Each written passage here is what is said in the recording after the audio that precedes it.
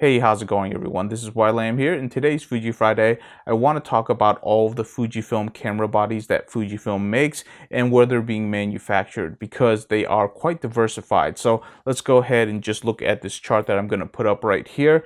As you can see, they actually still make a lot of camera bodies still in Japan. So all the GFX line, the X-H1, X Pro 3, pretty much all of the niche cameras, the X100V, and then the X-T200 and the X-A7. These are kind of the more budget entry-level camera bodies, and it looks like they're made in Indonesia. Now, the core of the Fujifilm lineup, which is the X-T3, the X-T4, and the X-T30, they're all made in China, most likely because they can get a lot of scale out of China because they're just so good at manufacturing there. But unfortunately, like I've already talked about in my previous video, it's not something that I want to support anymore on this channel, and that makes it very difficult. What that means for this channel is that all of these camera bodies right here, the X-T3, the X-T4, and the X-T30, we're going to go ahead and sell them off, which is going to be, a big chunk out of our production units because you're talking about 2 A cams and a B cam. But right now, with the pandemic going on, we're really not using it all that much. I'm always at home right now, so these camera bodies are kind of collecting dust. So when we sell these off, we kind of have a little bit of time to really figure out what we want to do for replacements. We're kind of hoping that there will be an alternative that Fujifilms will come out because they do come out regularly with new camera bodies, but we're just going to have to wait on that. But before we actually sell all of these off, there is going to be a couple of replacement videos that we're going to make. Like for example, on the X-T3, which has been a really great workhorse for us, I'm going to probably be deleting or removing the X-T3 unboxing videos and maybe several of the other videos. And what I want to do is I want to replace it with a X-T3 versus X-H1. And I want to talk about the pros and cons between the two camera bodies. But I also want to bring up where each of these camera bodies are being manufactured.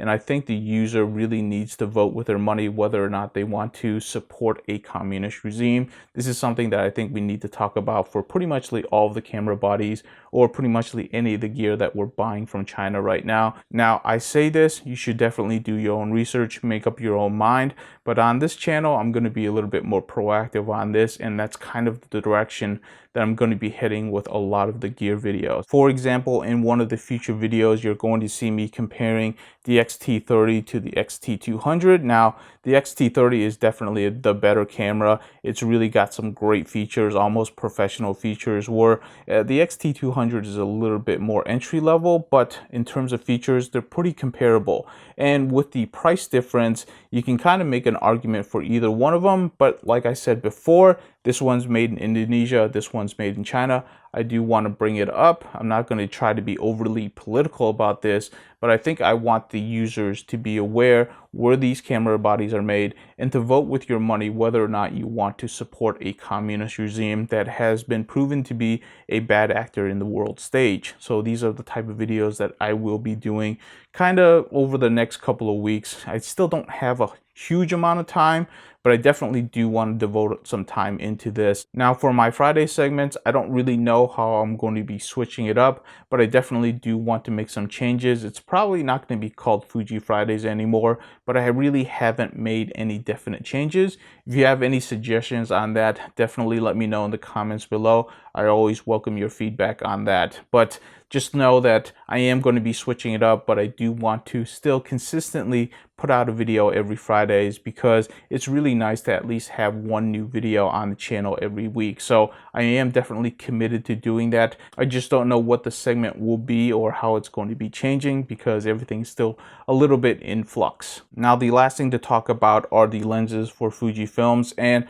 I actually went through all of my lenses one by one, and I was actually very pleasantly surprised. I only have one lens that's actually built in China, which is the 18-135.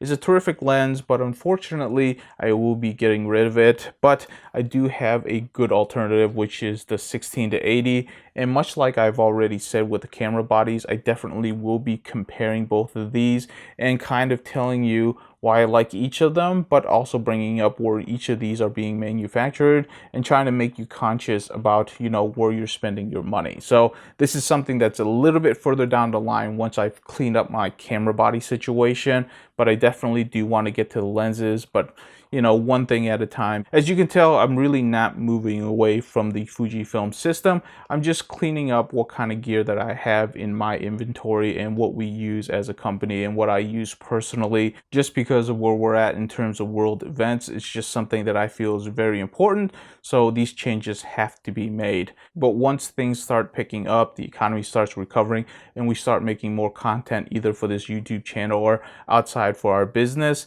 then we're going to have to make some hard decisions if we don't see an alternative. The Fujifilm camera bodies that we are selling, we probably still have a little bit of time before that happens, but we will consider moving to a different brand if we need to.